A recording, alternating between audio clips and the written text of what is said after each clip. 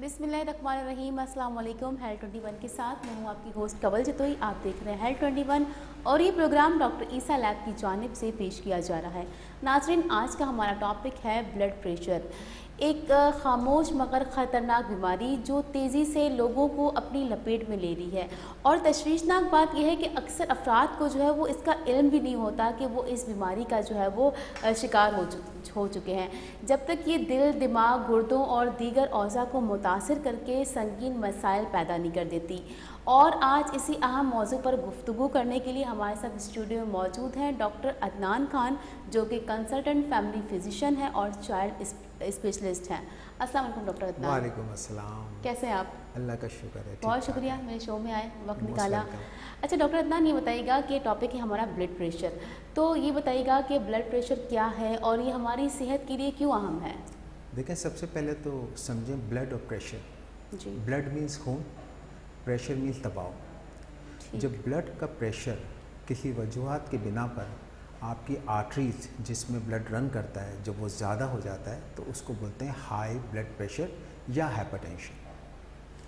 सही। तो नॉर्मल जो ब्लड प्रेशर होता है, क्या समझते हैं कितनी रीडिंग उसकी होनी चाहिए? देखें, अकॉर्डिंग टू मेडिकल गाइडलाइंस जो नॉर्मल ब्लड प्रेशर है वो 120/80 है mm, जो मिलीमीटर्स में देखा जाता है बाय बीपी ऑपरेटर्स। अच्छा, तो जो हाई ब्लड प्रेशर हो जाता है लोगों को, तो उसकी वजूहात क्या होती हैं? देखिए, इसकी वजूहात दो हैं। इसको हमने डिवाइड किया है दो हिस्सों में। एक का है प्राइमरी, ठीक है, जिसको हम एसेंशियल भी बोलते हैं, जो कि 80% लोगों को होता है जिसकी कॉज अननोन होती है। और एक होता है सेकेंडरी। सेकेंडरी वो होता है जिसकी कोई अंडरलाइन कॉज हो। अब प्राइमरी और सेकेंडरी में आप बोलेंगे इनमें क्या क्या डिफ्रेंशिएशन है, तो ये है कि जो प्राइमरी होता है इसमें सबसे पहले एज होता है, फिर हेरिडिटरी फैमिली का फैक्टर होता है, ओबेसिटी होती है, लैक ऑफ एक्सरसाइज मतलब एक्सरसाइज नहीं करना ये होता है, ओवर ईटिंग होती है। ये अमूमन ज़्यादातर हम प्राइमरी को एसेंशियल हाइपरटेंशन को कहते हैं। जो सेकेंडरी हाइपरटेंशन होता है वो ड्यू टू अंडरलाइन कॉज होता है।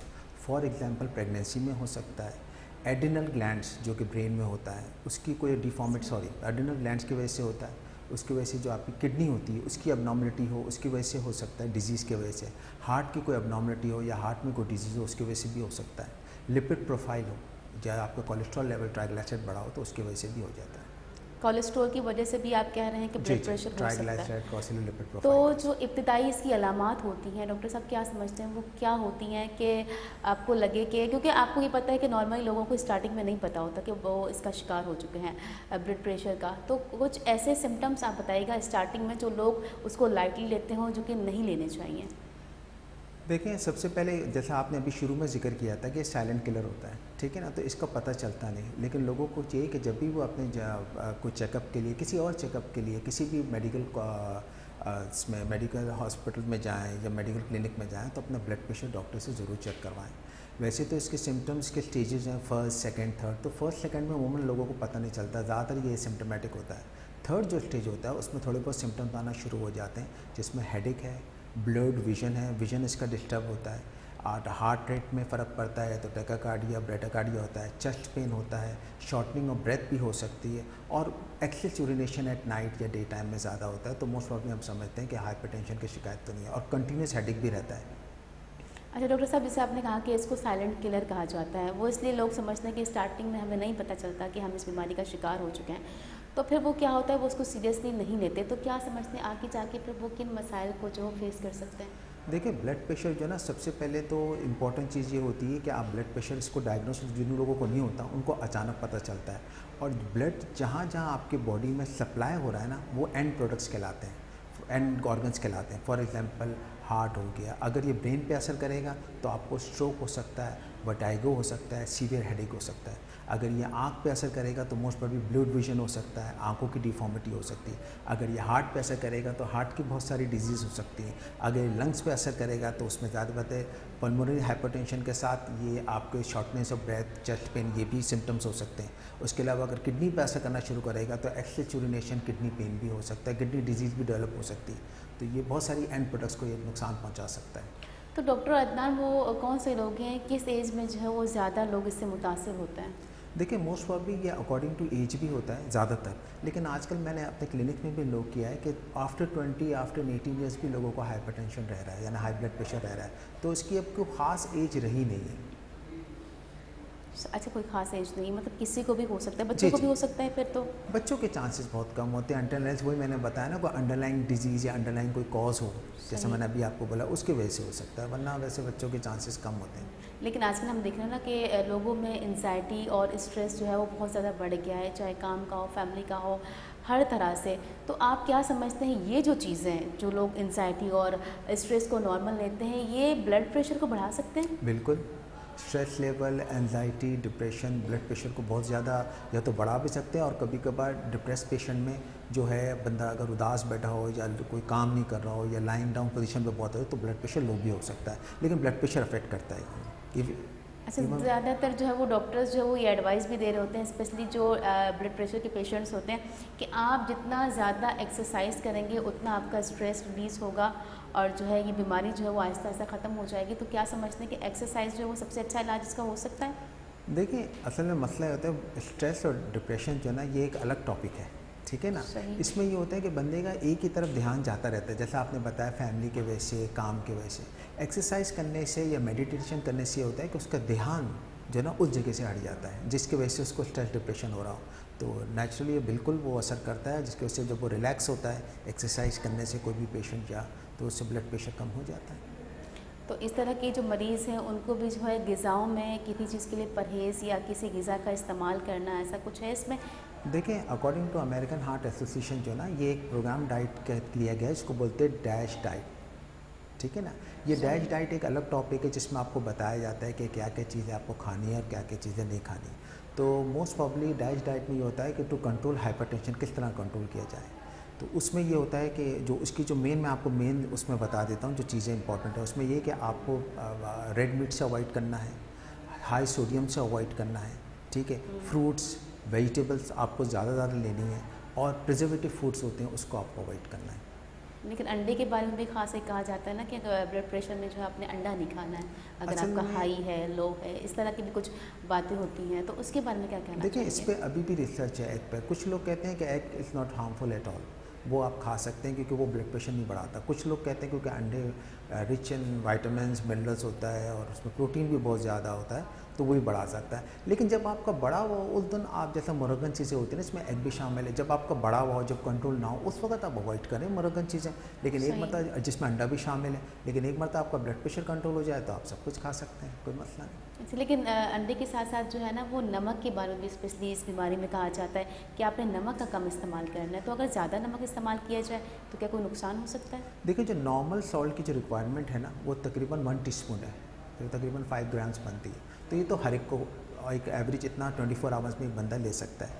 अब इसमें डिपेंड करता है आपकी हाइपरटेंशन किस स्टेज में, अगर वो कंट्रोल है, आप मेडिसिन ले रहे हैं, या जैसा मैंने आपको बताया कि एक्सरसाइज से, स्ट्रेस रिलीफ से, डिप्रेशन रिलीफ से, इससे अगर आप कंट्रोल कर लेती हैं ब्लड प्रेशर और थोड़ी बहुत मेडिसिन पे कंट्रोल, तो एक नॉर्मल आप नमक ले सकते हैं। लेकिन जब आपका बड़ा हुआ हो तो उस दौरान आपको इससे भी अवॉइड करना है, नमक से भी अवॉइड करना है। सही। तो डॉक्टर अदनान, दिन में जो है ब्लड प्रेशर जो है वो कितनी बार चेक करना चाहिए?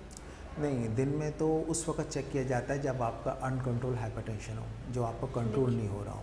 लेकिन एक मरतबा जब आपका कंट्रोल हो तो आप दिन में एक मरतबा कर लें, और बिल्कुल ही अगर कंट्रोल है तो हफ्ते 2 हफ्ते में एक मरतबा चेक कर सकते हैं। डेली बेसिस पे उस पर किया जाता है कि आप यू आर ऑन मेडिकेशन, और मेडिकेशन के बावजूद भी आपका कंट्रोल नहीं हो रहा तो खाने से पहले, खाने के बाद, सुबह शाम you should go for it for the testing. सही। तो डॉक्टर अदनान, जो दवाएं दी जाती हैं ब्लड प्रेशर के दौरान, तो क्या समझते हैं अगर वो तवील अरसे तक उनको इस्तेमाल किया जाए तो आगे जाके कोई नुकसान दे सकती हैं, ख़तरनाक साबित हो सकती हैं? देखिए इसके जो हाइपरटेंशन है ना, इसको जो दवाई दी जाती है वो जब दी जाती है जब 3rd स्टेज या 2nd स्टेज हो।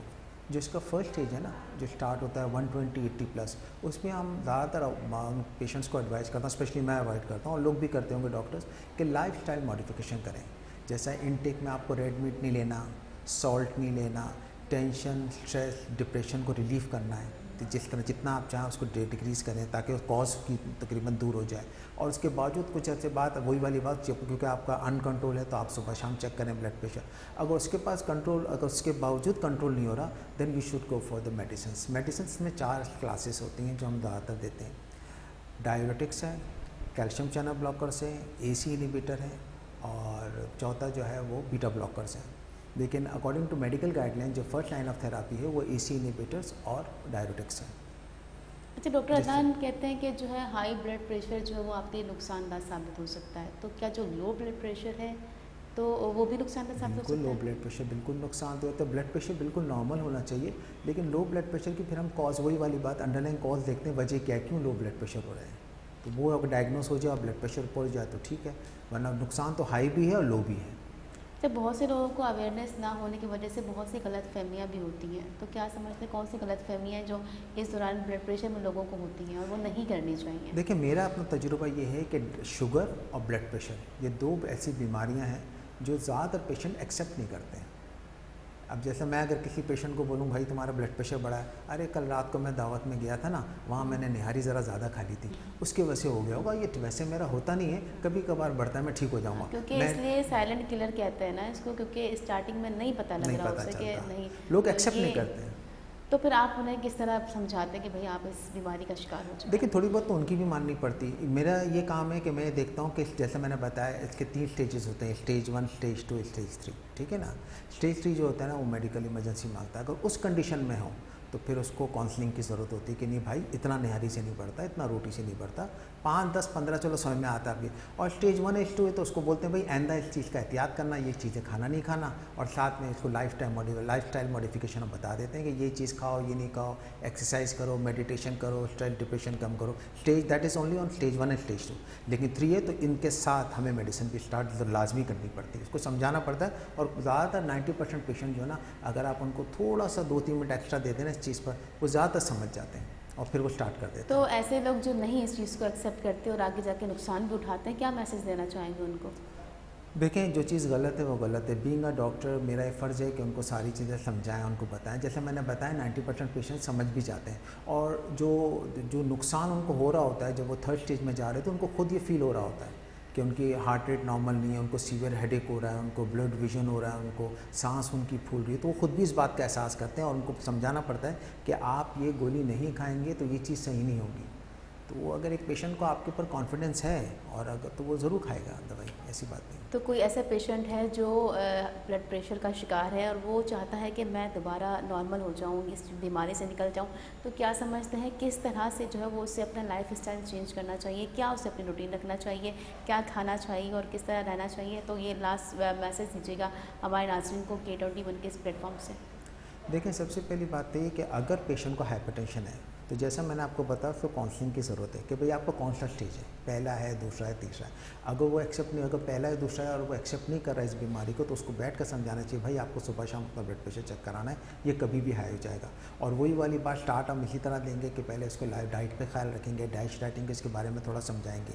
उसके बाद फिर इसको बताएंगे कौन सा स्टेज है आपका, पहला स्टेज है, अभी इतना ज़्यादा नहीं है, अभी बॉर्डर लाइन पर है, अभी बढ़ा है, आप एहतियात करें। तीसरी बात उससे पूछेंगे कि भाई कोई टेंशन डिप्रेशन तो नहीं, वो पेशेंट खुद ही बता देते हैं। ज़्यादातर डॉक्टर्स को पेशेंट खुद ही बता देते हैं कि ये चीज़ें हमें इसकी वजह से हो रहा है, टेंशन है, कोई प्रॉब्लम है। उसको बोलेंगे उनको रिलीफ किया जाए, या उसको फिर एंटी डिप्रेशन जाए तो उसकी स्ट्रेस की कोई मेडिसिन भी साथ उसको कंटिन्यू करनी पड़ेगी। क्योंकि अगर एक पेशेंट स्ट्रेस और डिप्रेशन का पेशेंट, अगर आप उसको एंटी हाइपरटेंसिव मेडिसिन देंगे भी, तो जब तक उसका स्ट्रेस डिप्रेशन रिलीज़ नहीं होगा वो इतनी इफेक्टिव वो मेडिसिन नहीं रहेगी। तो काउंसलिंग करना ज़रूरी है। और मैं ये मशवरा देना चाहूँगा आपको कि आप लाजमी जब भी किसी हॉस्पिटल में किसी और काम, मिसाल के तौर पर अगर आप बुखार नज़ला खांसी के लिए भी जा रहे हैं या पेट के दर्द के लिए भी जा रहे हैं, तो हर अपने डॉक्टर्स को, फैमिली प्रैक्टिशनर को ये बात बोलें कि आपका ब्लड प्रेशर ज़रूर चेक करें। वैसे तो ये डॉक्टर्स का काम है, जो मैं हर पेशेंट का करता हूँ, ब्लड प्रेशर चेक मैं हर पेशेंट का करता हूँ। लेकिन फॉर एग्जाम्पल अगर वो भूल जाते हैं, डॉक्टर साहब कभी होते हैं बिजी होते हैं, तो उनको बोले मेरा ब्लड एक्सीडेंटली फाइंडिंग भी अगर हो जाए तो आपके लिए बहुत है। डॉक्टर अदनान, बहुत शुक्रिया, आपने मेरे शो के लिए टाइम निकाला, यहाँ आए, इतने कीमती मशवरे दिए। और नाज़रीन, आज हमारे साथ मौजूद थे डॉक्टर अदनान खान, जिन्होंने हमें ब्लड प्रेशर के हवाले से अहम आगाही फराहम की। याद रखें, बर वक्त तशख़ीस ही इलाज की पहली सीढ़ी है, इसलिए अपना ब्लड प्रेशर जो है वो बाकायदगी से चेक करवाएं और अपनी सेहत का बहुत सारा ख्याल रखें। और अपनी मेज़बान कंवल जतोई को दीजिएगा इजाज़त। अल्लाह हाफ़िज़।